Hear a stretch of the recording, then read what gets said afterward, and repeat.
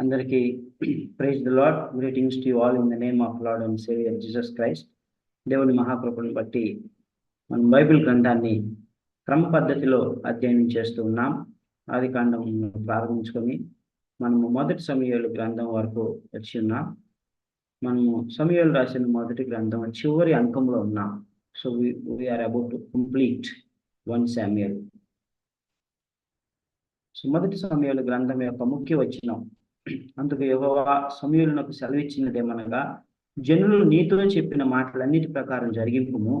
వారు నిన్ను విసర్జింపలేదు, కానీ తమ్మును ఏలకుండా నన్నే విసర్జించి ఉన్నారు. 8వ అధ్యాయము 7వ వచనం. మొదటి సమూయేలు గ్రంథాన్ని 3 భాగాలుగా మనం విభజించుకున్నాం. మొదటి భాగం సమూయేలు న్యాయాధిపతిగా ఉన్న కాలం, మొదటి 7 అధ్యాయాలు. రెండవ భాగం సౌలు రాజుగా ఉన్న కాలం, 8 నుంచి 15వ అధ్యాయం వరకు. మూడో భాగం సౌలు క్షీణించిపోవడము, దావీదు రాజుగా ఎదగడము మనం చూస్తాం. 16వ అధ్యాయం నుండి 31వ అధ్యాయం వరకు భాగాలు మనం చూస్తాం. పార్ట్ 1 మనం ఇన్ డీటెయిల్గా చదువుకున్నాం. అందులో 4 విషయాలు ఉన్నాయి. సమూయేలు పుట్టుక, సమూయేలు దేవుని కొరకు ప్రతిష్ఠించబడడం, సమూయేలు సేవా పిలుపు, మొదటి 3 అధ్యాయాలు. అందులో రెండవ భాగంలో దేవుడు ఏలీ కుటుంబం మీద తీసుకొచ్చినటువంటి తీర్పు 4వ అధ్యాయంలో మనం నేర్చుకున్నాం. తర్వాత దేవుని యొక్క హస్తము బలంగా ఫిలిస్తీన్ల మీదకి వచ్చినది. యొక్క మందసం ఫిలిస్తీన్లోకి వెళ్ళడం, ఫిలిస్తీన్లు తీసుకువెళ్ళడం, దాగోను దేవత ముక్కలుగా విరిగి పడిపోవడం, తర్వాత వారికి దేవుడు కొన్ని వ్యాధులు కలుగు చేయటం, దాని ద్వారా వాళ్ళు భయక్రాంతులకు గురై మరలా మందసాన్ని తిరిగి పంపించేస్తారు. తర్వాత సమూయేలు ద్వారా దేవుడు ఫిలిస్తీన్ల మీద ఇజ్రాయేలుకు గొప్ప విజయాన్ని అనుగ్రహిస్తారు. 7వ అధ్యాయంలో మనం చూసుకున్నాం. సో రెండవ భాగం సౌలు రాజుగా ఉన్న కాలం. సౌలును ఇజ్రాయేల్ ప్రజలు రాజు కావాలని కోరుకున్నారు. వారి కోరిక మేరకు సౌలే కావాలని కోరుకున్నారు. సౌలును రాజుగా అభిషేకించాడు. సౌలు యాబేష్ గిలాదును కాపాడుతాడు. తర్వాత సమూయేలు అభిషేకించి పట్టాభిషేకం చేసి రాజుగా ప్రకటిస్తాడు. అప్పుడు సమూయేలు ఒక అద్భుతమైన ప్రసంగాన్ని ఇజ్రాయేల్ ప్రజల కొరకు చేస్తాడు. అయితే సౌలు క్రమేణా తప్పిపోతూ ఉంటాడు. అర్పించకూడని బలులు అర్పిస్తాడు. సమూయేలు అర్పించవలసినటువంటి బలులను తను అర్పిస్తాడు. తద్వారా దేవుని యొక్క ఆజ్ఞను అతిక్రమిస్తాడు. ఆ తర్వాత యోనాతాను ఫిలిస్తీన్లను జయిస్తాడు. సౌలు అమాలేకీయులను సమూలంగా నిర్మూలించమంటే అమాలేకీయుల్లో శ్రేష్టమైనటువంటి గొర్రెలను, ఎడ్లను, మేకలను వాటిని తీసుకొస్తాడు. రాజు అయిన అగగును కూడా చంపకుండా సజీవంగా తీసుకుని వస్తారు. ఆ విధంగా సౌలు అవిధేయతను బట్టి, గర్వాన్ని బట్టి, అతిశయాన్ని బట్టి, అర్పించకూడని బలు అర్పించడాన్ని బట్టి దేవుడు ఆయన్ని రాజుగా ఉండకుండా తిరస్కరిస్తారు. ఆ యొక్క సింహాసనాన్ని దావీదుకు ఇవ్వమని చెప్తాడు. దావీదును దేవుడు రాజుగా అభిషేకిస్తాడు. సో 3వ భాగంలో మనం చాలా విషయాలు చూసుకునేది, చాలా పెద్ద అంశము. సౌలు క్షీణించిపోవడము, తర్వాత దావీదు అంచెలంచెలుగా రాజుగా ఎదగటం మనం చూస్తాం. సింహాసనం కొరకు దావీదును దేవుడు సిద్ధపరుస్తా ఉన్నాడు. సో దావీదు దేవుడు ఎన్నుకున్నటువంటి రాజు. సో దావీదుని దేవుడే ఎన్నుకున్నాడు. అభిషేకించమని సమూయేలుకు చెప్పాడు. ఆయన అభిషేకిస్తాడు. తర్వాత దావీదు శక్తివంతమైనటువంటి గొలియాతును, యుద్ధశూరుడైనటువంటి 6 మూరల ధ్యానులు ఉన్నటువంటి గొలియాతును ఓడిస్తాడు. ఈ సున్నతి లేని ఫిలిస్తీయుడు ఏపాటివాడు, సైన్యంలోకి అధిపతిగా యెహోవా ఏర్పరచుకున్నటువంటి ప్రజలను తిరస్కరించుటకు వీడు ఏపాటి వాడు అనే విశ్వాసముతో దావీదు గొలియాతును ఓడిస్తాడు. ఇజ్రాయేల్ ప్రజలు ఎవ్వరూ వెళ్ళరు, ఎవరు యుద్ధానికి వెళ్ళరు. రాజు సైతం భయపడి 4 రోజులు అక్కడే ఉండిపోతారు. కానీ దావీదు దేవుని విశ్వాసంతో వెళ్ళి గొలియాతును ఓడిస్తాడని మనం చూసుకున్నాం. తద్వారా దేవుడు దావీదుని ఇజ్రాయేల్ దేశం అంతట్లో ఘనపరిచాడు. ఆ ఘనపరచడాన్ని బట్టి సౌలు హృదయంలో ఒక ద్వేషము, ఈర్ష్య, మత్సరము వచ్చేస్తుంది. ఆయనలో ఒక విషపు చూపు వచ్చేస్తుంది. తద్వారా దావీదును అంతం చేయాలని, చంపాలని సౌలు ప్రయత్నిస్తాడు. అది మొదలుకొని దావీదు సౌలు యొద్ద నుండి పారిపోతా ఉంటాడు. రాజభవనం నుంచి పారిపోతా ఉంటాడు. యోనాతాను దావీదును కాపాడుతాడు. దేవుడు యోనాతాను వాడుకున్నాడు. మరియు మీకాలు కూడా, దావీదు భార్య కూడా దావీదును కాపాడుతుంది. ఆ విధంగా మొదటగా దావీదు సమూయేలు యొద్దకు పారిపోతాడు. సమూయేలు రామాలో ఉంటాడు. సో అక్కడ కూడా సౌలు వెళ్తాడు. అయితే దేవుని ఆత్మ సౌలు మీదకి వచ్చినందువల్ల ఆయన ప్రవచిస్తాడు. ఆ తర్వాత అక్కడి నుంచి నోబు అనే ప్రాంతానికి దావీదు పారిపోతాడు. అక్కడ జరిగిన సంఘటనలన్నీ మనం చూసుకున్నాం. అక్కడ ఉన్నటువంటి అహిమెలెకు అనేటువంటి ప్రవక్తతోటి దావీదు మాట్లాడిన మాటలు, అవన్నీ దోయేగు అనేటువంటి వాడు సౌలుకు చెప్పినందువలన సౌలు నోబులో ఉన్నటువంటి అహిమెలెకు మరి మిగతా ప్రవక్తలందరినీ 80 మందికి పైగా చంపేస్తాడు. ఆ తర్వాత దావీదు గాతుకు పారిపోతాడు. ఆకీషు వద్ద పిచ్చివానిగా వెర్రివానిగా బిహేవ్ చేసి అక్కడి నుంచి తప్పించుకుంటాడు. దేవుడు అద్భుత రీతిగా కాపాడతాడు. అక్కడి నుంచి మరలా మోయాబుకు వెళ్తాడు. అక్కడ గాదు అనే ప్రవక్త చెప్తాడు, నువ్వు ఇక్కడ క్షేమం కాదు, నీ యూదా దేశానికి వెళ్ళమంటాడు.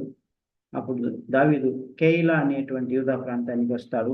కేయిలా ప్రజల మీద ఫిలిష్తీయులు దండెత్తి వచ్చినప్పుడు దావీదు కేయిలా ప్రజల కొరకు ఫిలిష్తీయుల మీద యుద్ధం చేసి వారిని ఓడించి కేయిలా ప్రజలను ఫిలిష్తీయుల వారి నుంచి కాపాడతాడు.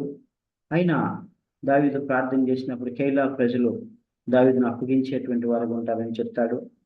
అంటే ఉపకారములకు అపకారం చేసే వారిగా ఉంటారని మనం చూసుకున్నాం. అక్కడి నుంచి దావీదు జీపు అరణ్యానికి వెళ్ళిపోతాడు. జీపు ప్రజలు కూడా సౌలుతో కుట్ర పన్ని దావీదును అప్పచెప్పాలని చూస్తారు. దావీదు విచారించినప్పుడు దేవుడు స్పష్టంగా చెబుతాడు, జీపు ప్రజలు కూడా నిన్ను అప్పగిస్తారు అంటాడు. అప్పుడు అక్కడి నుంచి దావీదు ఎన్గేడి అనేటువంటి ప్రాంతానికి పారిపోతాడు, అడవిలోకి పారిపోతాడు. పారిపోయిన తర్వాత అక్కడ యోనాతాను వచ్చి దావీదును బలపరుస్తాడు. బలపరిచిన తర్వాత దావీదు, నాకును మరణమునకు ఒక్కడుగు దూరమే ఉన్నది, నీ తండ్రి నిశ్చయముగా నన్ను చంపుతాడంటాడు. అప్పుడు యోనాతాను అంటాడు, నా తండ్రి చేతిలో పడకుండా దేవుడు నేను నిశ్చయంగా కాపాడుతాను, నువ్వు రాజు అవుతావు అని ధైర్యపరుస్తాడు. సో అక్కడి నుంచి ఆయన ఆ యొక్క ప్రాంతంలో ఉన్నప్పుడు మరలా జీపారణ్యంలోకి వస్తాడు. జీపారణ్యంలోకి వచ్చినప్పుడు అక్కడ సౌలు తను వెంబడిస్తాడు. సరే, ఎన్గేడీలో ఉన్నప్పుడు వెంబడిస్తాడు. ఒక గుహలో సౌలు గారు శంఖావర్తినికి వెళ్తాడు. అదే గుహలో దావీదు ఉంటాడు. దావీదు సేవకులు అంటారు, నువ్వు ఒక మాట సెలవిచ్చిన సౌలుని చంపేస్తాం అని అంటారు. అప్పుడు దావీదు ఒకటే మాట అంటే, యెహోవా చేత అభిషేకించబడినటువంటి వ్యక్తిని నేను చంపను, ఆ పని నేను చేయను అని ఆయన వస్త్రపు చెంగు కోస్తాడు. వస్త్రపు చెంగు కోసిన హృదయాన్ని నొచ్చుకుంటాడు. అప్పుడు అక్కడి నుంచి కొంత దూరం వెళ్తాడు. వెళ్ళి బిగ్గరగా క్యాప్ వేసి పిలుస్తాడు, సౌలా, నా తండ్రి సౌలా అని పిలుస్తాడు. పిలిచినప్పుడు అప్పుడు ఆయన గుర్తుపట్టి దావీదా నా కుమారుడు అంటాడు. సో అక్కడ దావీదు తన యొక్క నిర్దోషత్వాన్ని సౌలుకు తెలియచేస్తాడు. నేను నిన్నేమీ చేయలేదు, దేవుడు నాకు అప్పగించాడు, అయినా కూడా నేను నిన్ను చంపలేదు, నీ మీద నాకు ఎలాంటి కోపము ద్వేషం ఏమీ లేదని తన నిర్దోషత్వాన్ని నిరూపిస్తాడు. అప్పుడు సౌలు పాక్షికంగా పశ్చాత్తాపడి నన్ను క్షమించని అక్కడి నుంచి వెళ్ళిపోతాడు. సో ఆ విధంగా రెండోసారి మరలా ఆయన ఇంకొక చోట జీపు అరణ్యంలో మరలా తారసపడినప్పుడు దేవుడు అలాగనే చంపడు. దావీదు ఆయన చంపకుండా వదిలిపెడతాడు. నీళ్ళబొట్టి నీ ఏటిని మాత్రం తీసుకొని వెళ్ళి మరలా ఇంకొకసారి సౌలుకు తెలియచేస్తాడు, నీ మీద నాకే కోపం లేదు, ద్వేషం లేదని నిర్దోషత్వాన్ని నిరూపిస్తాడు. శత్రువుని ప్రేమించినటువంటి వాడుగా దావీదు ఉంటున్నాడు. అక్కడి నుంచి దావీదు గాతు అనేటువంటి ఫిలిష్తీయుల ప్రాంతానికి వెళ్ళిపోతాడు. సో ప్రేమైన దేవుని బిడ్డలారా, అంతవరకు మనం చూసుకున్నాం. ఇది మనము దావీదు గాతుకు పారిపోయినప్పుడు ఫిలిష్తీయులు సౌలుతో యుద్ధం చేయడానికి సిద్ధపడతారు. సో యుద్ధానికి సిద్ధపడినప్పుడు సౌలులో ఒక భయం వచ్చేస్తుంది. ఆయనలో ఒక భయంకరమైనటువంటి భయం వచ్చేస్తుంది. ఎందుకనంటే సౌలు దేవుని యొక్క విచారణ చేస్తా ఉన్నాడు. అయితే దేవుడు సమాధానం ఇవ్వట్లేదు. దేవుడు ఏం సమాధానం చెప్పట్లేదు. చూడండి, మొదటి సమూయేలు గ్రంథము 28వ అధ్యాయం, చాప్టర్ 28. Chapter 28, verse 4 and 5. 4, 5, 6 చదవండి. చదువు స్నేహ. ఫిలిస్తీన్లు దండెత్తి వచ్చి షూనేములో దిగగా సౌలు ఇశ్రాయేలీయులందరినీ సమకూర్చెను. వారు గిల్బోవలలో దిగిరి. సౌలు ఫిలిస్తీన్ల దండును చూచి మనసునందు భయకంపము నొంది యెహోవా యొద్ద విచారణ చేయగా యెహోవా స్వప్నము ద్వారానైనను ఉరీము ద్వారానైనను ప్రవక్తల ద్వారానైనను ఏమీ సెలవీయకుండెను. సో ఇక్కడ సౌలు మనస్సునందు భయకంపము నొందెను. సౌలు కంగారు పడిపోతూ ఉన్నాడు, భయపడిపోతూ ఉన్నాడు.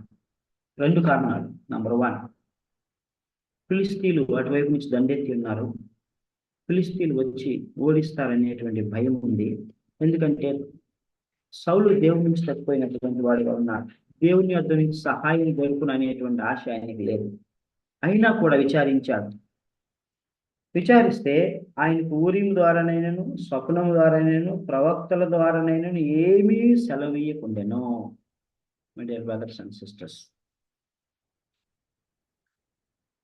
సౌలు పాపం వెంబడి పాపం చేస్తూ వెళ్ళిపోయాడు, అవిధేయుడయ్యాడు, దేవుని తిరస్కరించిన వాడుగా ఉన్నాడు, గర్వించిన వాడుగా ఉన్నాడు, ఆజ్ఞను అతిక్రమించిన వాడుగా ఉన్నాడు, తన సబుద్ధిని ఆధారం చేసుకునే వాడిగా ఉన్నాడు.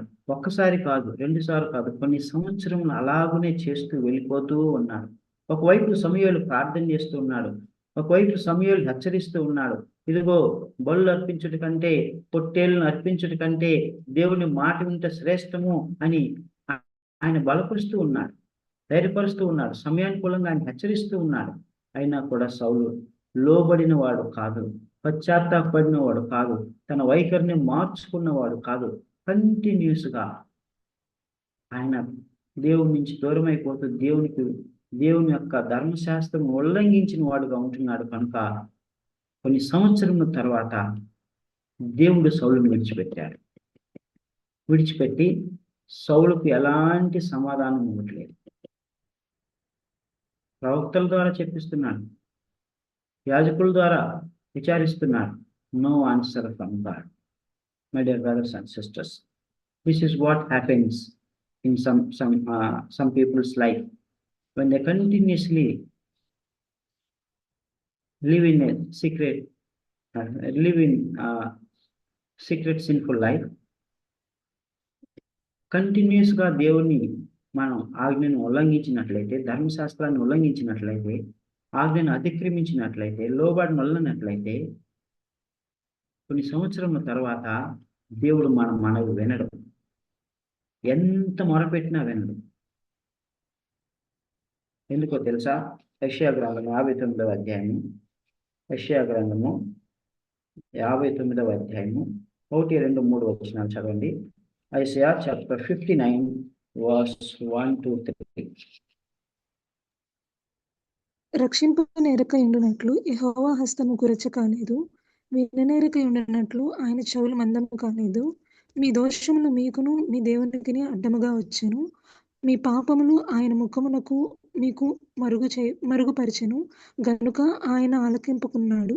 మీ చేతులు రక్తము చేతను మీ వ్రేలు దోషము చేతను అపవిత్రపరచబడి ఉన్నవి, మీ పెదవులు అబద్ధములాడుచున్నవి, మీ నాలుక కీడును బట్టి మాట్లాడుచున్నది. Exactly, this is what happened to Saul, my dear brothers and sisters. రక్షింపనేర్పినట్లు యెహోవా హస్తం కొరచ ఎప్పుడూ కాలేదు, విననేర్పినట్లు ఆయన చెవులు మనుషుల వలె మందం కాలేదు. ఏం అడ్డుగా వచ్చినాయి అంట? దోషములు అడ్డుగా వచ్చినాయి, పాపములు అడ్డుగా వచ్చినాయి, అపరాధములు అడ్డుగా వచ్చినాయి, దోషము చేత అపవిత్రపరచబడి ఉన్నాయి. చేతులు వేళ్ళు వాటిని ఒప్పుకొని విడిచిపెట్టడానికి సౌలుకు మనసు లేదు. My dear brothers and sisters, these verses are true even in every Christian life. ప్రతి ఒక్క క్రైస్తవుడి జీవితంలో ఇది సత్యము. దేవుడు నీతిమంతుడు, యథార్థమంతుడు, ఆయన నమ్మదగిన వాడు అని మనం చూసుకుంటూ వచ్చాం. ఆయన స్వభావం విరుద్ధంగా ఆయన పనిచేయడు. సమస్య ఎక్కడ ఉంది? దేవునికి మనకు మధ్య న్యాయం తెలిస్తే సమస్య ఎక్కడ ఉంది? మనలోనే ఉంది సమస్య, సౌల్లోనే ఉంది సమస్య, దేవునిలో సమస్య లేదు. దేవుడు సమూయేలును పంపించి హెచ్చరిస్తూ ఉన్నాడు. దేవుడు సమూయేలు ద్వారా సమయానుకూలంగా ఆయన చెప్తూనే ఉన్నాడు. సమూయేలు కూడా ప్రార్థన చేస్తూ ఉన్నాడు. ఎందుకంటే ఆయన ఇజ్రాయేల్ దేశానికి రాజు సరిగా లేకపోతే దేశమంతా పాడైపోయింది. అయితే my dear brothers and sisters, సౌలు పశ్చాత్తాపడినటువంటి వాడు కాదు. తను తాను పరిశీలించుకొని విమర్శించుకొని తన పాపంలో ఒప్పుకొని విడిచిపెట్టినటువంటి వాడు కాదు. అతిక్రమంలో దాచిపెట్టువాడు వర్ధిల్లడు, వాటిని ఒప్పుకొని విడిచిపెట్టువాడు కనికరం పొందులని వాక్యం సెలవిస్తా ఉన్నది. My dear brothers and sisters, మన జీవితంలో భయం ఎందుకు వస్తుందో తెలుసా? మనం ఆజ్ఞను అతిక్రమించినప్పుడు, ఆజ్ఞను ఉల్లంఘించినప్పుడు, దేవుని ఆజ్ఞను మీరినప్పుడు, దేవుడు మన హృదయంలో లేనప్పుడు, పరిశుద్ధాత్మ దేవుడు మనలో వాసం చేయనప్పుడు మనలో భయం వస్తుంది. భయానికి కారణం ఎవరో కూడా మనం చూసుకున్నాం, అపవాది. సౌలులో ఎందుకంత భయం వచ్చింది? దేవుని ఆత్మ లేదు, దేవుని ఆత్మ విడిచి వెళ్ళిపోయింది, దురాత్మ వచ్చింది. Therefore, my dear brothers and sisters, భయంకు కారణం సాతాను, మన పాపము, మన అపరాధము. వాటిని ఎప్పుడైతే మనం ఒప్పుకొని విడిచిపెట్టి తొలగించుకుంటామో దేవుడు అద్భుత కార్యాలు మన జీవితంలో చేస్తాడు. సో ఎప్పుడైతే దేవుని వద్ద నుంచి ఏమి సమాధానం రాలేదో సౌలు గారు ఏం చేశాడు? ఎవరిని ఆశ్రయించాడు? కర్ణ పిశాచములు గల ఒక స్త్రీని కనుగొనడి అని వారికి ఆజ్ఞాపించి ఆవిడను ఆశ్రయించాడు. అదే సౌలు రాజు అయిన వెంటనే ఈ కర్ణ పిశాచం గల వారిని, సోది చెప్పేవారిని, వారిని అందరినీ కూడా ఆ దేశంలో నుండి తొలగించేశారు, తీసివేశారు. ఏ సౌలు అయితే వారిని నిర్మూలించాడో, పారద్రోలాడో, అదే సౌలు మరలా వారి దగ్గరికే వెళుతూ ఉన్నాడు. My dear brothers and sisters, కారణం ఏంటంటే సౌలు పశ్చాత్తాపడేటువంటి వ్యక్తి కాదు. కానీ ధర్మశాస్త్రం ఏం చెప్పింది? లేవి కాండము 19వ అధ్యాయము 31వ వచనం. లేవి కాండము 19వ అధ్యాయము 31వ వచనం. లేవి కాండము 19వ అధ్యాయము 31వ వచనం. కర్ణ పిశాచి గల వారి దగ్గరకు పోకూడదు, సోదిగాండ్రను వెతికి వారి వలన అపవిత్రత కలుగజేసుకొనకూడదు, నేను మీ దేవుడినైన యెహోవాను. స్పష్టంగా మోషే ద్వారా దేవుడు సెలవిచ్చి ఉన్నాడు. సౌలు దాన్ని చేశాడు కూడా. అయితే దేవుని యొద్ద నుంచి సమాధానం రాకపోయేసరికి మరలా కుక్క వాంతికి తిరిగినట్లు మరలా తన పాప స్థితికి తను వెళ్ళిపోతుంది ఉన్నాడు. ప్రియమైనటువంటి దేవుని బిడ్డలారా, remember always, we should never ever consult any mediums, soothsayers. It is a sin. అది పాపము, అది ఘోర పాపము, అది దేవుని అవమానపరుస్తుంది. తెలుసా? అంటే మనం నమ్ముకున్నటువంటి దేవుడు ఆయన ఈస్ ఏ వీక్ గాడ్, ఆయన బలహీనుడు, ఆయన సామర్థ్యం మనం సందేహిస్తున్నట్లు, ఆయన ఏమీ చేయలేడు, ఆయన వల్ల కాదు అని మనం ఆయన అవమానపరుస్తున్నట్లు. That's what Saul did. Although he consulted God first, but God did not answer him. My dear brothers and sisters, therefore we should be careful in our lives. So ఆ స్త్రీ దగ్గరికి వెళ్ళాడు. ఆ స్త్రీ దగ్గరికి వెళ్ళాడు. కర్ణ పిశాచములు చెప్పేటువంటి స్త్రీ దగ్గరికి వెళ్ళి, ఆ ఎందోరులో ఆ స్త్రీ ఉంటుంది, ఆవిడ దగ్గరికి వెళ్ళి చెప్పాడు, ఇట్లా నాకు సమూయేలును రప్పించు అని చెప్పాడు. అప్పుడు ఆ స్త్రీ భయపడిపోయింది. ఇతను మారు వేషం వేసుకొని వెళ్ళాడు. సౌలు అనేటువంటి రాజు ఆల్రెడీ దేశంలో ఉండకుండా అందరినీ పారద్రోలాడు కదా, నువ్వెందుకు నా ప్రాణం మీద తీసుకొస్తున్నావు, నా ప్రాణంను రిస్క్లో పెడుతున్నావు అని అన్నప్పుడు, నీకేం కాదు, నేను చూసుకుంటాను అని అంటాడు. ఇప్పుడు సమూయేలును రప్పించమని చెప్తారు. ఎవరు కావాలంటే సమూయేలు కావాలి. సమూయేలును రప్పించడానికై ఆ యొక్క ఆ స్త్రీ రప్పించడానికి ప్రయత్నిస్తున్నప్పుడు అగాధంలో నుండి, కింద నుండి దుప్పట కప్పుకున్నటువంటి ఒక ముసలి వ్యక్తి పైకి వస్తూ ఉంటాడు. పైకి వచ్చినప్పుడు ఆ స్త్రీ చూసి భయపడిపోతుంది. సౌలు కూడా చూసి భయపడిపోతాడు. భయపడిపోయి నిశ్చయంగా సమూయేలే అని ఆయన అనుకుంటాడు. అనుకొని ఒకసారిగా భయక్రాంతులు గురై పడిపోతారు. అప్పుడు ఆ బయటకు వచ్చినటువంటి వ్యక్తి అంటాడు, నువ్వు నన్ను ఎందుకు పిలిచావు అని అంటాడు. అప్పుడు సౌలు అంటాడు, నేను యెహోవా యొద్ద విచారణ చేయగా నాకు ఏ సమాధానం దొరకలేదు కనుక నేను ఇక్కడికి వచ్చాను అని అంటాడు. యెహోవా నన్ను విసర్జించును అని ఆయనే చెప్తాడు. చూడండి 28వ అధ్యాయము, మొదటి సమూయేలు గ్రంథము 28వ అధ్యాయము 15వ వచనం. సమూయేలు, నన్ను పైకి రమ్మని నీవెందుకు తొందర పెట్టితివని సౌలును అడగగా, సౌలు, నేను బహుశ్రమలోనున్నాను, ఫిలిష్తీయులు నా మీదకు యుద్ధమునకు రాగా దేవుడు నన్ను ఎడబాసి ప్రవక్తల ద్వారానైనను స్వప్నముల ద్వారానైనను నాకేమీ సెలవేయక ఉన్నాడు. కాబట్టి నేను చేయవలసిన దానిని నాతో తెలియచెప్పుటకై నిన్ను పంపించితిని నేను. సో ఇక్కడ ఏమంటున్నాడు, దేవుడు నన్ను ఎడబాసెను అని సౌలు ఒప్పుకుంటున్నాడు. ప్రియమైనటువంటి దేవుడు, అందుకని నిన్ను పిలిపించడానికి ఇక్కడికి వచ్చాను, ఈ పని చేశాను అంటున్నాను. అప్పుడు సమూయేలు అంటున్నాడు, నిన్ను దేవుడే ఎడబాసిన ఎడల యెహోవా నిన్ను ఎడబాసి నీకు పగవాడు కాగా నన్ను అడుగుటకు ప్రయోజనమేమి అని అంటున్నాడు. 16వ వచనం. దేవుడు నిన్ను ఎడబాస్తే నీకు నన్ను పిలిపించి నన్ను అడిగి ఏమి ప్రయోజనము అని అంటున్నాడు. అవును కదా, వాస్తవమే కదా. దేవుడే త్రోసివేస్తే, దేవుడే విసర్జిస్తే, దేవుడే ఎడబాస్తే సమూయేలు గారు ఏం చేయగలిగి ఉన్నాడు? మొట్టమొదటిసారి సౌలు అర్పించుకొని బలు అర్పించినప్పుడు సమూయేలు రాత్రంతా ప్రార్థన చేశాడు. ప్రభువా, ఈ సౌలు పశ్చాత్తాపం కలుగు చేయి, తన ప్రవర్తన మార్చు, తను పశ్చాత్తాపడేటట్లు చేయి, తను శిక్షించి సరిచేయి ప్రభువా అని రాత్రంతా ప్రార్థన చేశాడు. కానీ సౌలు దేవునికి ఎక్కడా కూడా అవకాశం ఉంది, దేవునికి లోబడలేదు. ప్రియమైనటువంటి దేవుని వెళ్ళాలని దేవుడు మనకు ఫ్రీ విల్ ఇచ్చాడు, స్వేచ్ఛనిచ్చాడు. ఆ స్వేచ్ఛను మనం సరైన దానికి వాడాలి, కానీ మరి సరైనది కాని దానికి వాడకూడదు. సో తన స్వబుద్ధిని ఆధారం చేసుకుని నడవడానికి సౌలు దేవుడు ఇచ్చిన స్వేచ్ఛను వాడుకున్నాడు. తద్వారా గొప్ప అపాయం తన మీద తెచ్చుకున్నాడు. సో అప్పుడు సమూయేలు వచ్చినటువంటి వ్యక్తి, ముసలి వ్యక్తి అంటాడు, దేవుడు నిన్ను విసర్జించాడు, నీకు బదులుగా దావీదుని రాజుగా ఎన్నుకున్నాడు. రేపటి దినం యుద్ధం జరుగుతుంది, ఆ యుద్ధంలో నీవు నీ కుమారులు చనిపోతారు, నాతో కూడా ఉంటారు అని చెప్తారు. ప్రియమైనటువంటి దేవుని బిడ్డలారా, సో ఇక్కడ ఈ యొక్క సోది చెప్పేటువంటి స్త్రీ, కన్నపిశాచము గల ఒక స్త్రీ సమూయేలును రప్పించగలదా?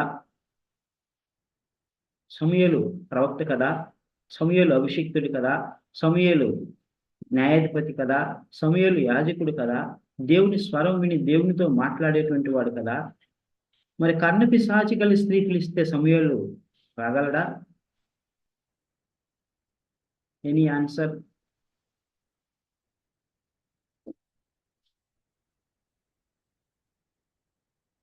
ఎవరైనా చెప్పగలరా? మరి వచ్చినటువంటి వ్యక్తి సమూయేలు అని బైబిల్లో కూడా రాయబడి ఉంది. అయితే మరి సమూయేలు వలె దుప్పటి కప్పుకొని ముసలివాడు ఒకడు పైకి వచ్చిన అని రాయబడి ఉన్నది. సౌలు కూడా ఈయన సమూయేలు అని అనుకున్నాడు. సో వచ్చినటువంటి వ్యక్తి నిజముగా సమూయేలా కాదా? Any answer, any response?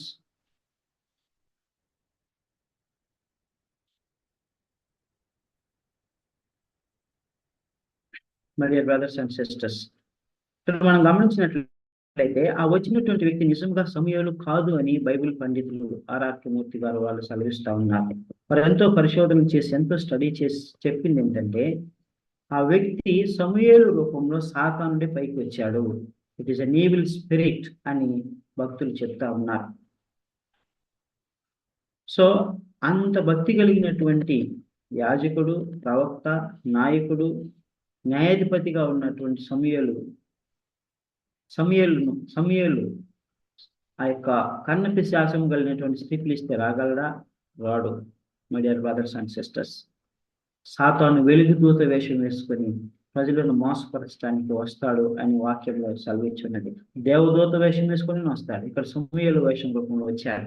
అదే చెప్తున్నాడు, సౌలు నువ్వు నాతో కూడా ఉంటావు అని అంటున్నాడు. అంటే సౌలు ఎక్కడికి వెళ్తాడు? సాతానుతో కూడా నరకంలోనికి వెళ్తాడు. That's what Satan was saying. ప్రియమైనటువంటి దేవుని బిడ్డ, very great tragedy we see here. So ఆత్మీయమైనటువంటి విషయాలు, లోక సంబంధమైన విషయాలు మనం క్లియర్ కట్గా డిఫరెన్షియేట్ చేసుకోవాలి, అర్థం చేసుకోవాలి. సమూయేలు భక్తిపరుడు, ఆత్మీయపరుడు, దేవునితో సహవాసం చేసిన వాడు, దేవుడు స్వరం విన్నవాడు, దేవునితో మాట్లాడేటువంటి వాడు. కర్ణ పిశాచములు ఆయన దగ్గర రావడానికి అవకాశం లేదు. కర్ణ పిశాచములు పారిపోతాయి, సాతానులు పారిపోతాడు. మరి అలాంటి వ్యక్తి కర్ణ పిశాచం గల స్త్రీ పిలిస్తే రావడానికి అవకాశమే లేదు. అది నిశ్చయంగా సాతానుడు సమూయేలు రూపంలో వచ్చి ఆ విధంగా సౌలుకు సమాధానం ఇచ్చాడు. ప్రియమైనటువంటి దేవుని బిడ్డలారా, మన విషయాలను అర్థం చేసుకున్నాడు. ఆ తర్వాత మనం గమనించినట్లయితే ఫిలిస్తీన్లు సర్దారులు, ఫిలిస్తీన్లకు ఆ దినాల్లో ఆకీషు రాజుగా ఉన్నాడు. గౌత్ అనే ప్రాంతంలో ఆయన ఉంటాడు. వారు ఫిలిస్తీన్లతో ఇజ్రాయేలుతో యుద్ధం చేయడానికి సిద్ధపడ్డారు, యుద్ధానికి వెళ్ళడానికి సిద్ధపడ్డారు. అప్పుడు దావీదు ఎక్కడున్నాడు? సిక్లగులో ఉన్నాడు. సిక్లగు ఎవరు పట్టణం? ఫిలిస్తీన్ల పట్టణం. సో ఆకీష్ దగ్గర ఆయన ఉన్నాడు. ఆకీష్ని మెప్పిస్తూ ఉన్నాడు. ఇజ్రాయేల్ తనతో కూడా ఉన్నటువంటి 600 మందికి ఇష్టం లేకపోయినా ఆ యొక్క గాతు వాడైనటువంటి ఫిలిస్తీ రాజు అయినటువంటి ఆకీషుకు అనుకూలంగా పనిచేస్తూ ఉన్నాడు. ఏ పని చేస్తే ఆయన సంతోషపడతాడో ఆ పని చేస్తూ దావీదు తప్పిపోయిన వాడుగా ఉంటున్నాడు. ఫిలిస్తీన్ల శత్రువులందరినీ ఓడించి వాటిని దోచుకొని వచ్చినటువంటి వ్యక్తిగా ఉన్నాడు. ఆకీష్ ఏం చెప్తే అది చేసేటువంటి వ్యక్తిగా ఉన్నాడు. ఆకీషుని మెప్పించడానికి ప్రయత్నిస్తున్నాడు. ప్రియమైనటువంటి దేవుని వల్ల ఆత్మీయంగా దిగజారి పడిపోయినటువంటి వాడిగా ఉన్నాడు. అప్పుడు ఆకీషు కబురు పంపించాడు, దావీదు, మేము యుద్ధానికి వెళుతున్నాం, నువ్వు ఇప్పటి వరకు నాకు నమ్మకస్తుడిగా ఉన్నావని నాకు అర్థమైంది, నీవు యథార్థవంతుడు, మాతో కూడా యుద్ధానికి రావా అని అడిగాడు. వెంటనే వెళ్ళిపోయాడు. ప్రియమైనటువంటి దేవుని వెళ్ళారు. వెంటనే వెళ్ళిపోయి ఆ యుద్ధ పంక్తుల చివరన దావీదు తన యొక్క 600 మంది ఉన్నారు. ఎవరితో యుద్ధం చేయడానికి వెళ్తున్నాడు? అభిషేకించబడినటువంటి ఇజ్రాయేల్ ప్రజలతోటి, దేవుడు ఏర్పరచుకున్నటువంటి ఇజ్రాయేల్ ప్రజలతోటి. ఏ ప్రజలకైతే దేవుడు అతను రాజుగా ఉండమని అభిషేకించాడో వారితో యుద్ధం చేయడానికి వెళుతూ ఉన్నారు. ప్రియమైనటువంటి దేవుని వెళ్ళారా, ఇది ఒక గొప్ప అపాయంలోనికి దావీదు వెళ్ళిపోయాడు. దావీదు మోసపోయాడు. ప్రాణ భయం చేత మోసపోయి అభిషేకించబడినటువంటి దేవునికి ప్రజలకు విరుద్ధంగా యుద్ధం చేయడానికి వెళ్ళాడు. దేవుని ప్రజలతో యుద్ధం చేస్తున్నాడు అంటే దేవుడితో యుద్ధం చేసినట్లే. ఇక్కడ సౌలు కాదు ముఖ్యము, ఇజ్రాయేల్ ప్రజలు. సౌలు ఒక రాజే, కొంతకాలం ఉంటాడు, ఇంకొక రాజు వస్తాడు. బట్ దేవుడు అభిషేకించిన ప్రజలు, ప్రత్యేకించబడిన ప్రజలు, ఎన్నుకొనబడినటువంటి ప్రజలు, వారు సదాకాలం ఉంటారు. ప్రియమైనటువంటి దేవుని గొప్ప అపాయంలోని దావీదు వెళ్ళిపోయాడు. దేవుని యొక్క దర్శనం నుండి తప్పిపోయిన వాడు. అయితే ఇక్కడ దేవుడు ఫిలిస్తీన్ల సర్దారులను వాడుకుంటూ ఉన్నాడు. దేవుడు ఫిలిస్తీన్ల సర్దారులను రేపి ఇదిగో ఈ మనుషుడు మనతో కూడా రానేలా, ఈ హెబ్రీలు మనతో కూడా రానేలా, వీరు యుద్ధ భూమిలోకి వెళ్ళిన తర్వాత ఒకవేళ మనకి విరోధి అవుతారేమో, తన యజమానులతో చేతులు కలవడానికి ఇది సమయమేమో, తమ యజమానులతో సమాధాన పడడానికి ఇది సమయమేమో, మన తల్లను ఛేదించి తన యజమానునికి బహుమానంగా ఇస్తే తన యజమానుడు ఇతన్ని క్షమించి మరలా తన హక్కును చేర్చుకుంటాడు, మనకి విరోధి అయిపోతాడు, వారిద్దరు సమాధాన పడతారు. కాబట్టి ఇతను తిరిగి వెనక్కి పంపించేసి ఆకీష్తో గొడవ పడతారు. ఆకీష్ మీద కోపపడతారు. ఫిలిస్తీన్ల రాజు ఆకీష్ మీద కోపపడి వీరిని వెనక్కి వెళ్ళవలసిందని పట్టుబడతారు. అప్పుడు ఆకీష్ రాజు దావీదుని పిలిచి, అయ్యా, నీవు నీతిమంతుడు అని, నమ్మకస్తుడు అని నేను ఎరుగుదును. నీవు మాకు ఏ కీడు చేసిన వాడు కాదు, మా పక్షమును ఉన్నవాడు, మా శత్రువును కూడా ఓడించిన వాడు. అయితే సర్దారులు మాత్రము మమ్మల్ని వద్దంటున్నారు, కాబట్టి మీరు తిరిగి వెళ్ళిపోండి అని అంటారు. అప్పుడు దావీదు వెంటనే వెనక్కి రావచ్చు కదా, రాకుండా ఏమంటున్నాడు ఆయన అంటున్నాడు, ఒక మాట అంటున్నాడు. ఏమంటున్నాడంటే, నేనేం తప్పు చేశాను, నేను మీకు నమ్మకంగా ఉన్నాను కదా, నేను మీకు ఏమీ హాని చేయలేదు కదా అని అంటున్నాను. నేనేం చేసి తిని, నా ఏలిన వాడు ఒక రాజా, నీ శత్రువులతో యుద్ధం చేయుటకై నేను రాకుండానట్లు నీ యొద్దకు వచ్చిన దినమును నేటి వరకు నీ దాసుడినైన నా యందు తప్పేమి కనబడినని ఆకీష్ అడిగిన 8వ వచనం, 29వ అధ్యాయం 8వ వచనం. ఏమైనా తప్పు కనబడిందా అని అడుగుతూ ఉన్నాను. ఏమైనటువంటి దేవుని బిడ్డలారా, తప్పు కనబడిందా అని అడుగుతూ ఉన్నాను. సో తప్పు ఏమి కనబడలేదా అని చెప్తున్నాడైతే సర్దార్లు మాత్రం నేను వద్దంటున్నారు.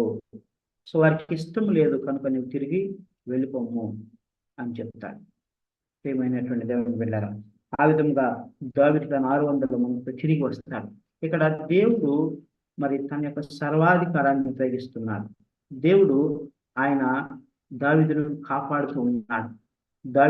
దావీదు చేసిన పొరపాటును జ్ఞాపకం చేసుకొనక, దావీదు చేసినటువంటి తప్పును జ్ఞాపకం చేసుకొనక తనను క్షమించి ఇతను మరలా ఇశ్రాయేలుకు రాజుగా చేయాలి కాబట్టి ఇతన్ని శిక్షించి సరిచేద్దామని ఆ సర్దారులను రేపి ఆయన దావీదుని వెనక్కి పంపించేశాడు. సో దావీదు ఆ విధంగా తప్పిపోయిన దాన్ని బట్టి యెహోవా అభిషేకించిన ఇశ్రాయేలు ప్రజలకు వ్యతిరేకంగా యుద్ధం చేయడానికి సిద్ధపడడాన్ని బట్టి ఒక గొప్ప అపాయం దావీదుని దేవుడు తీసుకొచ్చాడు. ఒక గొప్ప అపాయం తీసుకొచ్చాడు. 30వ అధ్యాయంలో మనం చూసినట్లయితే అమాలేకీయులు సిక్లగులో ఉన్నటువంటి దావీదు యొక్క జనాంగము 600 మంది కుటుంబాలు అక్కడ ఉన్నారు. వారు వచ్చి దాడి చేసి ఆ పట్టణాన్ని కాల్చివేసి వారి సొమ్మంతా దోచుకొని వారి భార్యలను బిడ్డలను అందరినీ కూడా ఎవరిని చంపకుండా బందీలుగా తీసుకొని వెళ్ళిపోతారు. వీరు 3 రోజులు ప్రయాణం చేసి తిరిగి వస్తారు. తిరిగి వచ్చేసరికి పట్టణం అంతా కాల్చివేయబడి ఉంటుంది.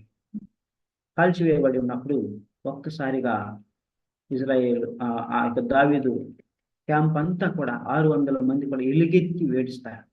చూడండి 30వ అధ్యాయము 3-4 వచనం. 30వ అధ్యాయము 3-4 వచనం. దావీదును అతని జనులను పట్టణమునకు వచ్చి అది కాల్చివేయబడి ఉండుటయు తమ భార్యలను కుమారులను కుమార్తెలను చెరలోనికి కొనిపోబడి ఉండుటయు చూచి ఇక ఏడ్చుటకు శక్తి లేకపోవునంతగా బిగ్గరగా ఏడ్చిరి. ఏడ్చుటకు శక్తి లేకపోవునంత బిగ్గరగా ఏడ్చారు. So they lost everything my dear brothers and sisters. వారు ఆల్రెడీ శత్రువు రాజ్యంలో ఉన్నారు. అమాలేకీయులు వచ్చి సమస్తము దోచుకొని పోయారు. భార్యలు బిడ్డలు అందరూ పోయారు. సొమ్మంతా పోయింది. వారి ఆస్తి అంతా పోయింది. అంతా పోయేసరికి వారు నీరసించిపోయి ఏడుస్తూ ఉన్నారు. ఏడ్చి మాకు దిక్కెవరు, మాకు సహాయం ఎవరు చేయగలరు అని అంటూ ఉన్నారు. అయితే మరి ఆ నీరసించిపోయినటువంటి సమయంలో ఆ మిగతా 600 మంది ఆల్రెడీ విసిగి వేసారిపోయి ఉన్నారు కదా. దావీదు వారిని బాగా విసిగించాడు కదా. ఆకీషుకు అనుకూలంగా పనిచేసి 600 మంది చెప్పిన మాట వినకుండా తన ఇష్టానుసారంగా తను చేశారు కనుక ఇప్పుడు ఈ యొక్క గొప్ప అపాయం దావీదు వల్ల మన మీదకి వచ్చిందని చెప్పేసి 600 మంది రాళ్ళు రూవి దావీదును చంప చూశారు. అయితే దావీదు దేవుని యందు భయభక్తులు కలిగిన వాడు కనుక తన తప్పుని గ్రహించుకొని వెంటనే దేవుని తట్టు తిరిగాడు. Immediately he turned to God. He asked Abiathar to bring the ephod. He brought the ephod and he inquired of the Lord, Lord, have mercy on me. Lord, I have made a mistake. Lord, I have sinned against thee and I have gone astray. ప్రభువా, నీ దర్శనాన్ని నేను కోల్పోయాను. నేను పాపము చేశాను. నేను మీ నుంచి దూరం అయిపోయాను. మీరు అభిషేకించినటువంటి ప్రజలకు నేను యుద్ధం చేయడానికి వచ్చిన దౌర్భాగ్యులను నన్ను క్షమించు ప్రభా, నన్ను కరుణించు ప్రభా, నాకు సహాయం చేయవా. ఇదిగో నా సహోదరులే, నా సేవకులే నన్ను రాళ్లతో కొట్టి చంపాలని చూస్తున్నారు ప్రభా, నన్ను కరుణించువా అని ఏడ్చి ప్రార్థన చేసి దేవుని యొద్ద విచారణ చేసి పశ్చాత్తాపడి పని సరి చేసుకున్నాడు. My dear brothers and sisters, could you see the difference between Saul and David? సౌలు పశ్చాత్తాపడలేదు. పశ్చాత్తాపడిన పాక్షికంగా ఉపశమనం కొరకే ఆయన అయినట్లుగా దావీదు హృదయాంతరంగంలో నుండి తను చేసినటువంటి పాపం ఒప్పుకుంటూ పశ్చాత్తాపడి తండ్రి యొద్ద వేడుకున్నాడు. సో ఆ పశ్చాత్తాపం ఎలాంటిదంటే చూడండి, యోహాను రాసిన మొదటి పత్రిక 1వ అధ్యాయము 9వ వచనం. 1 John chapter 1 verse 9. 1 John chapter 1 verse 9. మన పాపములను మనం ఒప్పుకొనిన ఎడల దేవుడు నమ్మదగిన వాడును నీతిమంతుడును గనుక ఆయన మన పాపములను క్షమించి సమస్త దుర్నీతి నుండి మనలను పవిత్రులుగా చేయును. సో మనం ఒప్పుకున్నట్లయితే ఆయన నమ్మదగిన వాడు నీతిమంతుడు కనుక మన పాపములను క్షమించి సమస్త దుర్నీతి నుండి మనల్ని పవిత్రులుగా చేయను. This is true my dear brothers and sisters. So this is what happen to David. అప్పుడు ఎప్పుడైతే ఒప్పుకొని సరి చేసుకున్నాడో వెంటనే దేవుడు దావీదుకు బహుధైర్యాన్ని ఇచ్చాడు. 6వ వచనం. 1 సమూయేలు గ్రంథము 30వ అధ్యాయము 6వ వచనం. దావీదు మిక్కిలి దుఃఖపడెను మరియు తమ తమ కుమారులను బట్టి కుమార్తెలను బట్టి జనులందరికీ ప్రాణము విసిగినందున రాళ్ళు రువి దావీదును చంపుదము రండని వారు చెప్పుకొనగా దావీదు తన దేవుడైన యెహోవాను బట్టి ధైర్యము తెచ్చుకొనెను. దావీదు తన దేవుడైన యెహోవాని బట్టి ధైర్యం తెచ్చుకొనెను. My dear brothers and sisters, నీకు ధైర్యం ఎక్కడ కలుగుతుందో తెలుసా? నువ్వు నిరాశ, నిస్పృహలో, డిస్కరేజ్మెంట్, డిసప్పాయింట్మెంట్లు ఉన్నప్పుడు, అలసి సమస్యలు పోయినప్పుడు, నీకు ఏ దారి కనబడినప్పుడు, ఇంకంతా నా జీవితం అయిపోయింది, నా జీవితం ఈ భూమి మీద ముగించిపోయింది అని అనుకున్నప్పుడు నీకు సహాయం ఎక్కడి నుంచి రాదు. 121వ కీర్తన, psalms 121. Psalms chapter 121 verse 1 and 2. కొండల తట్టు నాకు కన్నులెత్తుచున్నాను, నాకు సహాయం ఎక్కడి నుండి వచ్చును? యెహోవా వల్లనే నాకు సహాయం కలుగును, ఆయన భూమి ఆకాశములను సృజించినవాడు. ఇంకా చదవండి. ఆయన నీ పాదమును త్రొట్టిల్లనీయడు, నిన్ను కాపాడువాడు కునుకడు. ఇజ్రాయేలును కాపాడువాడు కునుకడు, నిద్రపోడు. యెహోవాయే నిన్ను కాపాడువాడు. నీ కుడిపక్కన యెహోవా నీకు నీడగా నుండును. పగలు ఎండ దెబ్బ అయినను నీకు తగలదు, రాత్రి వెన్నెల దెబ్బ అయినను నీకు తగలదు. ఏ అపాయమును రాకుండా యెహోవా నిన్ను కాపాడును, ఆయన నీ ప్రాణమును కాపాడును. ఇది మొదలుకొని నిరంతరము నీ రాకపోకల యందు యెహోవా నిన్ను కాపాడును. నిన్ను కాపాడువాడు యెహోవాయే. కొండల తట్టు కన్నులెత్తు. ఎవరి వైపు అయినా కన్నులెత్తి చూడు, ఎక్కడి నుంచి నీకు సహాయం రాదు. నాకు సహాయము ఎక్కడి నుండి వచ్చును? యెహోవా వల్లనే నాకు సహాయము కలుగును. This is the faith of David, my dear brothers and sisters. మన యొక్క విశ్వాసం కూడా అదే ఉండాలి. దావీదు యెహోవాను బట్టి ధైర్యం తెచ్చుకున్నాం. My dear brothers and sisters, ఇలాంటి పరిస్థితి వస్తే నువ్వు ఎవరిని బట్టి ధైర్యం తెచ్చుకుంటావు? నీ తల్లిదండ్రులను బట్టి ధైర్యం తెచ్చుకుంటావా? నీ తోటి సహోదరుని బట్టి ధైర్యం తెచ్చుకుంటావా? నీకున్నటువంటి ఆస్తిపాస్తులను బట్టి నువ్వు ధైర్యం తెచ్చుకుంటావా? నీకున్నటువంటి పైన అధికారులను బట్టి ధైర్యం తెచ్చుకుంటావా? ఎవరిని బట్టి ధైర్యం తెచ్చుకుంటావా? ఎవరు అక్కడకు రారు, my dear brothers and sisters. ఎవరు కూడా ఇలాంటి విషయాల్లో సహాయం చేయలేరు. తాత్కాలికంగా కొంతమేరకు సహాయం చేసినా కూడా అది మనకు సంపూర్ణంగా దేవుని కలిగించదు. మనకు సహాయకుడు యెహోవాయే. కాబట్టి ఎవరి వైపు నువ్వు చూస్తున్నావు? ఎవరి సహాయం కొరకు నువ్వు చూస్తున్నావు? కీర్తన గ్రంథం 20వ అధ్యాయము. కీర్తన గ్రంథము 20వ అధ్యాయము 1వ వచనం. ఆపత్కాలమందు యెహోవా నీకు ఉత్తరమిచ్చునుగాక, యాకోబు దేవుని నామము నిన్ను ఉద్ధరించునుగాక. 1, 2, 3. పరిశుద్ధ స్థలములో నుండి ఆయన నీకు సహాయం చేయనుగాక, సియోనులో నుండి నిన్ను ఆదుకొనుగాక. ఆయన నీ నైవేద్యములన్నిటినీ జ్ఞాపకం చేసుకొనుగాక, నీ దహన బలులను అంగీకరించునుగాక. నీ 4, 7. నీ కోరికను సిద్ధింపచేసి నీ ఆలోచన యావత్తును సఫలపరచునుగాక. కొందరు రథములను బట్టి కొందరు గుర్రములను బట్టి అతిశయపడుదురు, మనమైతే మన దేవుడైన యెహోవా నామమును బట్టి అతిశయపడుదుము. వారు కృంగి నేల మీద పడి ఉన్నారు, మనం లేచి చక్కగా నిల్చున్నాము. యెహోవా రక్షించుము, మేము మొరపెట్టినప్పుడు రాజు మాకు ఉత్తరం ఇచ్చునుగాక. ఏమైనటువంటి దేవుని బిడ్డలారా, మనకు సహాయం చేయవాడు ఆయన. పరిశుద్ధ స్థలంలో ఆయన నీకు సహాయం చేయనుగాక.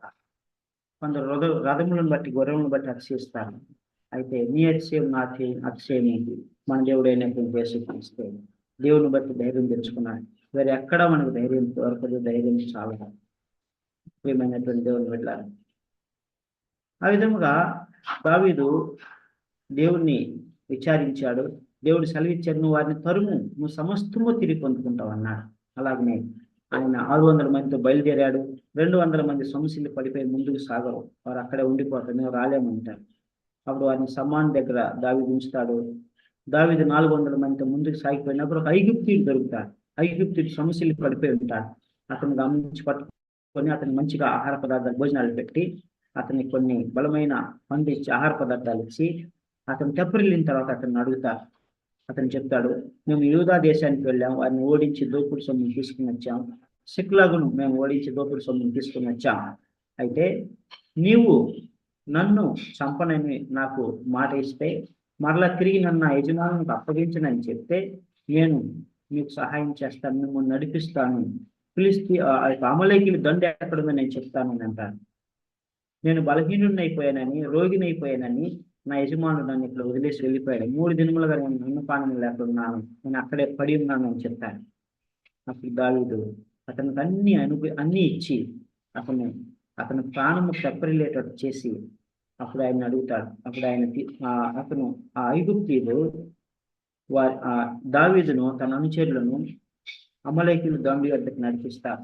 అప్పుడు అమలేకీయుల మీద యుద్ధం చేసి దావీదు వారిని ఓడించి సమస్తమును తిరిగి తీసుకొని వస్తారు. సో ఇక్కడ మనం చూసినట్లయితే దావీదు అమాలేకీయులు దోచుకొని పోయిన దాన్ని అంతటినీ తిరిగి తెచ్చుకున్నాం. డేవిడ్ రికవర్డ్ ఆల్ అని వాక్యం సెలవిస్తా ఉన్నది. 18వ వచనం 30వ అధ్యాయం 18వ వచనం. ఈలాగున్న దావీదు అమాలేకీయులు దోచుకొని పోయిన దానంతటిని తిరిగి తెచ్చుకొనెను, మరియు అతడు తన 2 భార్యలను రక్షించెను. సో తన 2 భార్యలను రక్షించాడు, తీసుకొని వచ్చారు. అందులో అబిగైలు కూడా ఉన్నది. సో సొమ్మసిల్లి పడిపోయినటువంటి దావీదు, ఏడవడానికి కూడా శక్తి లేనటువంటి దావీదుకి అంత బలం ఎక్కడి నుంచి వచ్చింది? పగలు రాత్రి అంతా యుద్ధం చేసి అమలేకీయులందరినీ సంహరించారు. ఓన్లీ 400 మంది అంతమంది తప్పించుకొని పోయారని వాక్యం సెలవిస్తా ఉన్నారు. మిగతా వారిని అందరినీ సంహరించారు. మెయిన్ యుద్ధం చేసిన వాడు దావీదే. తన అనుచరులు ఉన్నప్పటికీ కూడా ఒక్కడు అమాలేకీయులందరినీ కూడా నిర్మూలించారు. అదే అమాలేకీయులను సౌలు నిర్మూలించలేకపోయాడు. ప్రియమైనటువంటి దేవుని వెళ్ళారా, దావీదుకి శక్తి ఎక్కడి నుంచి వచ్చింది చెప్పండి? దేవుడు ఇచ్చిన శక్తి, దేవుని అభిషేకము.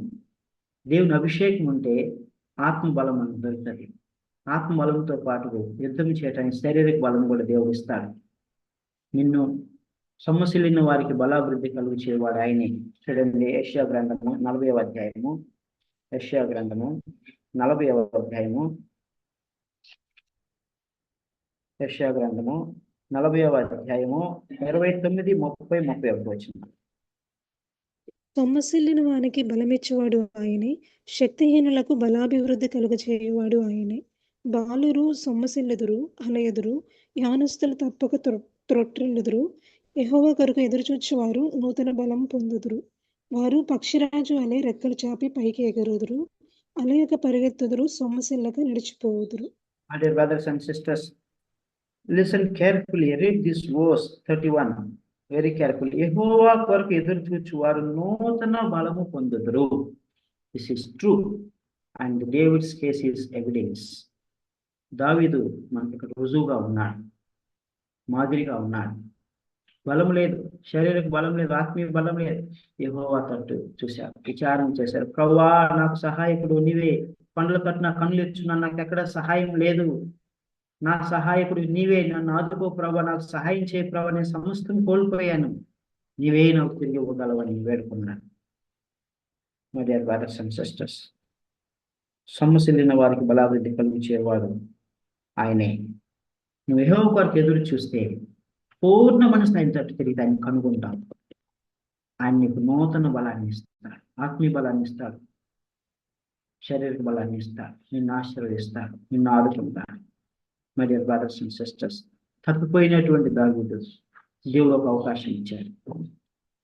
ఫిలిష్తీయుల సర్దారుల ద్వారా వేపి ఆయన వెనక్కి పంపించాడు. మరలా ఒక ఉపద్రవాన్ని తీసుకొచ్చాడు, ఒక శిక్షను వారి మీద తీసుకొచ్చారు. దావీదు నలగొట్టాడు, విరగొట్టాడు. దావీదు పశ్చాత్తాపడ్డాడు. విరిగి నలిగిన హృదయమే దేవునికి ఇష్టమైన బలి అని సామ్స్ లో మనం చూసుకుంటాం. సామ్స్ చాప్టర్ 51, సామ్స్ చాప్టర్ 51 51వ కీర్తన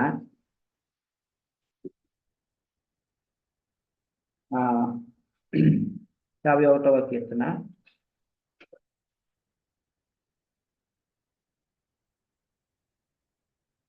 ఆయనకి ఇష్టమైనటువంటి బలి విరిగి నలిగిన నువ్వు బళ్ళు కోరువాడివి కాదు, దహన బలి నీకు ఇష్టమైనది కాదు. 16వ వచనం చదవండి. నీవు బలిని కోరువాడవు కావు, కోరిన ఎడల నేను అర్పించుదును. దహన బలి నీకు ఇష్టమైనది కాదు. విరిగిన మనసే దేవునికి ఇష్టమైన బలులు. దేవా, విరిగి నలిగిన హృదయమును నీవు అలక్ష్యము చేయవు. దేవుడు దావీదును ఒక విరిగి నలిగినటువంటి హృదయముగా అనుభవంలోనికి తీసుకొస్తూ ఉన్నాడు. అనుభవంలోనికి వచ్చినప్పుడు దావీదు విరిగిపోయాడు, నలిగిపోయాడు, దేవుని తట్టు తిరిగాడు. అవ్వా, నీవే నాకు దిక్కన్నాడు. విరిగి నలిగిన మనసుతో ప్రార్థించాడు. దేవుడు ఆయన మనసును, ఆయన ప్రార్థన అంగీకరించాడు. అదే దేవునికి ఇష్టమైన బలి. My dear brothers and sisters, చాలాసార్లు దేవుడు మనం లోబడకపోతే అలాంటి పరిస్థితుల్లో కూడా మనం తీసుకెళ్తాడు. మనం అన్ని మంచిగా ఉంటూ మనం దేవుడు మాట వినం కదా, మనం దేవునికి ఎక్కువ ఆరాధించము, మనం దేవుడికి ఎక్కువ ప్రార్థన చేయము, అంతా గుడిగా ఉంటుంది కనుక మనం విరిగి నలిగిన హృదయం అనుభవంలోనికి ఎప్పుడూ రాలేం. విరిగి నలిగిన హృదయం కలిగిన అనుభవంలోనికి మనం ఎప్పుడు వస్తామంటే మన దేవుడు శోధించిన పరీక్షించినప్పుడు, శ్రమల కొలిమిలో మనం వేసినప్పుడు విరిగి నలిగిన హృదయం అనుభవంలోనికి వస్తాం. అప్పుడు దేవుని మీద ఆధారపడతాం. ఆ అనుభవం మన జీవితకాలం అంతా మనం విరిగి నలిగిన హృదయం గలవారిగా చేస్తాం. My dear brothers and sisters, అలాంటి 2 సందర్భాలు దేవుడు నా జీవితంలో అనుమతించాడు. నలగొట్టాడు, బుద్ధి చెప్పాడు. తద్వారా దేవునికి దగ్గరగా ఉండడానికి ప్రభు నాకు సాయం చేస్తూ ఉంది. సో అలాంటి అనుభవమే మనందరి అనుభవం. అలాంటి అనుభవంలో ఉంటేనే మనం దేవుని మీద నిలిచి ఉండగలం, లేకపోతే దేవుని నుంచి మనం తగ్గిపోతాం. మరి భక్తుడైనటువంటి యాకోబు కూడా దేవుడు అలాంటి అనుభవంలో తీసుకొచ్చాడు. యాకోబును బేతేలు దగ్గర ఏం చేశాడో దేవుడు తొడగూటి వసిలేటట్టు కొట్టి అవిటివాణిగా చేశాడు. అది మొదలుకొని యాకోబు ఒక కర్ర ఉండేది ఆయన దగ్గర, దాని మీద స్టాప్, దాని మీద అట్లా అనుకొని ఉండేవాడు. బలహీనుడు అయిపోయాడు. అవ్వా, నేను ఇప్పటి వరకు బలవంతుడిని అనుకున్నాను, నేను ఎంత బలహీనుడిని నాకు బయలుపరిచావు. నువ్వు నన్ను ఆశీర్వదిస్తే కానీ నేను నిన్ను విడవను. నేను బ్రతికినంత కాలం ప్రభుత్వం నన్ను విడవద్దు, నాతో కూడా ఉండేది. నువ్వు ఉంటేనే నేను బ్రతకగలను, లేకపోతే నేను బ్రతకలేమని తను సమర్పించుకుని రూపాంతరం చెందిన వ్యక్తిగా, నూతన పరచబడిన వ్యక్తిగా, ఒక రివైవ్డ్ పర్సన్గా, పునరుజ్జీవం పొందినటువంటి వ్యక్తిగా యాకోబు అద్భుతమైనటువంటి వ్యక్తిగా రూపాంతరం చెందాడు. దేవునికి నమ్మకమైన దాసుడుగా ఉంటాడు. దేవుడు యాకోబును కూడా ఆశీర్వదిస్తాడు. ప్రియమైనటువంటి దేవుని వెళ్ళాలి, విరిగి నలిగినటువంటి హృదయం అనుభవం నీ జీవితంలో ఉన్నట్లయితే నువ్వు ధన్యురాలు. లేని అట్లా ప్రభు నిన్ను అనుభవంలో గుండా తీసుకెళ్ళినా అది నీకు మేలని నేను ఆశపడుతున్నాను. సో ఈ విధంగా దేవుడు ఒక గొప్ప పాఠాన్ని ఆయనకి నేర్పించాడు. అయితే దావీదు ఉన్న ఒక మంచి గుణం ఏంటంటే, దావీదు అమలేకీయులు వారి దోపుడు సొమ్మంతా తీసుకొని వచ్చి యూదా దేశంలో తను ప్రేమించినటువంటి వారు, తన మంచి స్నేహితులు ఉన్నారు కదా, వారందరికీ కూడా దాన్ని బహుమానంగా పంపిస్తారు. తర్వాత తిరిగి వచ్చిన తర్వాత 200 మంది కావలి ఉంటారు కదా, వారికి కూడా దాన్ని సమానంగా పంచమని చెప్తారు. అయితే కొంతమంది దావీదుతో ఉన్న 400 మందిలో కొంతమంది ఉంటారు కదా స్వార్థపరులు, వారు ఇవ్వద్దన్నారు. కానీ దావీదు, ఈ దినాన దేవుడు మనకి ఇంత గొప్ప విజయాన్ని అనుగ్రహించాడు, మరి సామాను దగ్గర కావలి ఉండేవాడు కూడా దానికి అర్హుడు అని చెప్పేసి వారికి కూడా సమానంగా మంచి పని, ఒక మంచి సాక్ష్యాన్ని దావీదు ఉంచుతాడు. ఇజ్రాయేలు అది ఇప్పటికీ పరిపాటి. ఏదైనా ఒక సొమ్ము, ఒక ఆస్తి దేవుడు ఇస్తే అది ఇజ్రాయేలు అందరూ పంచుకోవడం ఒక పరిపాటి. సో అది ఒక కట్టడగా 25వ వచనం రాయబడింది. కావున నాటి నుండి నేటి వరకు దావీదు ఇజ్రాయేలులో అతి పంపకము కట్టడగాను న్యాయవిధిగాను ఏర్పరిచి నియమించాను. My dear brothers and sisters, ఆ తర్వాత 31వ అధ్యాయం మనకు వచ్చినట్లయితే ఫిలిస్తీన్లు ఇజ్రాయేలుతో యుద్ధానికి వస్తారు. అప్పుడు సౌలు తన ముగ్గురు కుమారులు యుద్ధంలో చనిపోతారు. ఇజ్రాయేల్ ఓడిపోయి ఫిలిస్తీన్ల ఎదుటి నుంచి పారిపోతారు. అప్పుడు సౌలు ఫిలిస్తీన్ల చేతిలో చనిపోవటం ఇష్టం లేక, ఈ సున్నతి లేని ఫిలిస్తీన్ల చేతిలో నేను చనిపోవటం ఇష్టం లేదని చెప్పి తన అంబులు పొది మోయేవాడు దోయే గుర్తున్నాడా? స్నేహ, శేఖర్, ఎవరు? యాజకులను చంపేశాడు. Very good. ఏదోమీడైనటువంటి వాడు దోయగు, వాడు దుష్టుడు. మందిరంలోనే ఉండి రాజుకు తొత్తుగా పనిచేస్తూ మందిరంలో కీడు చేసిన వాడు ఉన్నాడు, యాజకులను చంపేసిన వాడు ఉన్నాడు. వాడు అంబులు పొది మోసేవాడు. సో సౌలు అంటాడు, సున్నతి లేని ఫిలిస్తీన్ల చేతులు నేను చావటం నాకు ఇష్టం లేదు, నువ్వు నన్ను ఏటితో పొడిచి చంపేయమంటే వాడు భయపడి నేను చేయను అంటాడు. అప్పుడు సౌలు తన ఏటి మీద తనే పడిపోయి చనిపోతాడు. అది చూసి ఆ దోయేగు కూడా తన ఏటి మీద తనే పడిపోయి చనిపోతాడు. ఆ విధంగా ఆత్మహత్య చేసుకొని సౌలు చనిపోతాడు. ఇజ్రాయేల్ ప్రజలు గొప్ప అపాయం వస్తుంది, అపజయం వస్తుంది. మరి ఈ విషయం విని మరి పట్టణంలో ఉన్నటువంటి ఇజ్రాయేల్ పట్టణాలు విడిచి పారిపోతారు. గొప్ప అపజయం వస్తుంది. My dear brothers and sisters, అప్పుడు ఫిలిస్తీన్లు వచ్చి ఆ పట్టణంలో నివసిస్తారు. ఫిలిస్తీన్లు సౌలుకు తన కుమారుడు తలను నరికి వారి ఆయుధములను పట్టుకొని ఫిలిస్తీన్ల దేశం అంతా కూడా పంపిస్తారు. ఇదిగో మన దేవుళ్ళు సౌలును తన కుమారులను మనకు అప్పగించాను, ఇజ్రాయేల్ మీద గొప్ప జయం ఇచ్చానని వారు అలాగే చేస్తారు. దేవుడికి గొప్ప అవమానం వస్తుంది. ప్రియమైనటువంటి దేవుని వెళ్ళారా, this was the tragic end of the సౌలు యొక్క పాపమును బట్టి యోనాతాను కూడా మంచివాడు, భక్తిపరుడు, నీతిమంతుడైన యోనాతాను కూడా చనిపోతాడు. కొన్నిసార్లు దేవుడు అట్లా అనుమతిస్తారు, మనకు తెలియదు. ప్రియమైనటువంటి దేవుని బిడ్డలారా, ఆ విధంగా మరి సౌలు యొక్క అంతము ముగించబడుతుంది. ఆత్మహత్య చేసుకుంటాడు, చనిపోతాడు. ఇజ్రాయేల్ మీద గొప్ప అపాయం తీసుకొచ్చినటువంటి వాడు ఉంటాడు. మరి బ్రదర్స్ అండ్ సిస్టర్స్, మనం సరిగ్గా లేకపోతే, మనం సరైన భక్తిలో లేకపోతే, మనం పశ్చాత్తాప జీవితం, క్షమాపణ జీవితం లేకపోతే మనం మన కుటుంబానికి గొప్ప అపాయం తెచ్చేవారిని ఉంటాం, మన సమాజానికి గొప్ప అపాయం తెచ్చేవారిని ఉంటాం. ఆ పని మనం చేయకూడదని దేవుడు ఆశపడుతున్నాడు. సో ఇది మనం నేర్చుకున్నటువంటి భాగంలో నుంచి, మనం చదువుకున్నటువంటి విభాగంలో నుంచి కొన్ని లెసన్స్ మనం నేర్చుకున్నట్లయితే, ఒక వ్యక్తి దేవుడు ఎన్ని అవకాశాలు ఇచ్చినా పశ్చాత్తాపడుకున్నట్లయితే దేవుడు ఆ వ్యక్తిని విసర్జిస్తాడు, తృణీకరిస్తాడు. అతను ప్రార్థన వినడు, అతని మీద హఠాత్తుగా మరణించు. In contrast, if you see the దేవుడికి దేవుడు అవకాశం ఇచ్చాడు, వెంటనే పశ్చాత్తాపడ్డాడు, దేవుని తట్టు తిరిగాడు, ఎక్కి ఏడ్చాడు, ప్రభువా క్షమించన్నాడు. తన పాపంలో ఒప్పుకున్నప్పుడు దేవుడు నమ్మదగిన వాడు కనుక ఆయన క్షమించాడు, ఆయన జయాన్ని ఇచ్చాడు. కానీ సౌలు ఒప్పుకోలేదు కనుక దేవుడు అతన్ని శిక్షించాడు. సో ఎప్పుడు కూడా కర్ణ పిశాచం గల వారి దగ్గర కానీ, చిల్లంగి వారి దగ్గర కానీ వెళ్ళకూడదు. ఇది దైవ వాక్యానికి విరుద్ధము.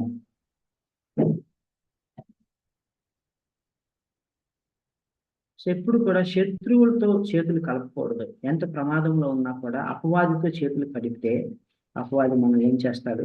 మన ప్రాణాన్ని తీసేస్తాడు. సో దేవుడు కృప కలిగిన వాడు, ఆయన సర్వాధికారి, సార్వభౌముడు కనుక తన ప్రజలను విడిపించడానికి ఆయన కలుగు చేసుకుంటాడు. దావీదు విషయంలో కలుగు చేసుకున్నాడు, ఆయన శిక్షించాడు, క్రమశిక్షణ పెట్టి బాగు చేశాడు. తద్వారా దావీదు మరలా దేవుని యందు నిలిచి ఉన్నాడు. So God discipline David and corrected him and saved him. మన జీవితంలో కూడా కొన్ని పరిస్థితుల ద్వారా దేవుడు మనం సరి చేస్తాడు, రక్షిస్తాడు.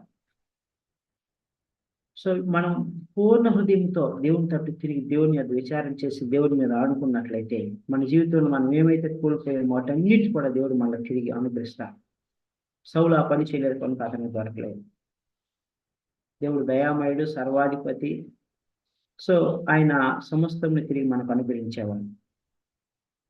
సో సౌలుని గురించి మనం చూసినప్పుడు ఒక వాక్యం మనకు గుర్తుకు రావాలి. రోమిలకు రాసినటువంటి పత్రికలో పాపమునకు జీతము మరణము అని అక్కడ ఉంటుంది. చూడండి 6వ అధ్యాయం అనుకుంటా. వాటిని చదువుకొని మనం ముగించుకుందాం. రోమన్స్ చాప్టర్ 6 లాస్ట్ వర్డ్స్ అనుకుంటా, చివరి వచనం. ఏలయనగా పాపము వలన వచ్చు జీతము మరణము, అయితే దేవుని కృపావరము మన ప్రభువైన క్రీస్తునందు నిత్య జీవము. దేవుని కృపావరము మన ప్రభు అయిన క్రీస్తు యేసునందు నిత్య జీవము. పశ్చాత్తాపడితే నిత్య జీవము, పడకపోయినట్లయితే కంటిన్యూస్ గా ఏదైనా రహస్య పాపం మనం చేస్తున్నట్లయితే మరణం. My dear brothers and sisters, I hope you all have understood and God is speaking to us. దేవుడు మనతో మాట్లాడుతూ ఉన్నాడు. కాబట్టి దావీదు వల్ల మన జీవితాన్ని ఎంచుకొని, దావీదు వల్ల మనం దేవుని దగ్గర సరి చేసుకొని, తప్పుడు దేవుని దగ్గర పశ్చాత్తాపడుతూ నిర్దోషులుగా నిష్కలంకులుగా ఉంటూ దేవుని యొక్క చిత్తంలో సాగిపోవాలని, దేవుని రాజ్యానికి వారసులు అవ్వాలని, దేవునికి సాక్షులుగా ఉండాలని దేవుడు ఆశపడతా ఉన్నాడు. విరిగి నలిగిన హృదయం అనుభవంలో ఉండకుండా దేవుడు మనం తీసుకెళ్ళినప్పుడు బాధపడవద్దు, చింతపడవద్దు. అది మన మేలు కొరకే, మనల్ని సరిచేసి మన ఇంకును పరిశుద్ధులుగా చేయడానికి. My dear brothers and sisters, if God is speaking to you, repent and turn to God and separate the things with God, so that God will bless you, God will lift you, God will lift you, God will honor you. దేవుడి మాటలు దీవించుగా ప్రార్థన చేసుకున్నాం. Request sister Sneha to pray and close. పరిశుద్ధుడా, ప్రేమ గల తండ్రి, జీవాత్మైన యేసు ప్రభువా, నీకు వందనాలు దేవా. గొప్ప దేవా, ఆశ్చర్యకరుడా, నీకు స్తోత్రాలు దేవా. ఈ యొక్క ఉదయకాల సమయంలో ప్రభువా, నీ యొక్క వాక్యాన్ని మా హృదయంలో నాటిన రీతిని బట్టి నీకు వందనాలు చెల్లిస్తా ఉన్నాం ప్రభువా. ఎన్నో విషయాలు ప్రభువా నేర్చుకోవడానికి మీరు మా కృప చూపించారు ప్రభువా. ఎత్తబడిన ప్రతి ఒక్క వాక్యానికి మీరే నీరు కట్టి ఫలింపు చేయమని కోరుతా ఉన్నాను ప్రభువా.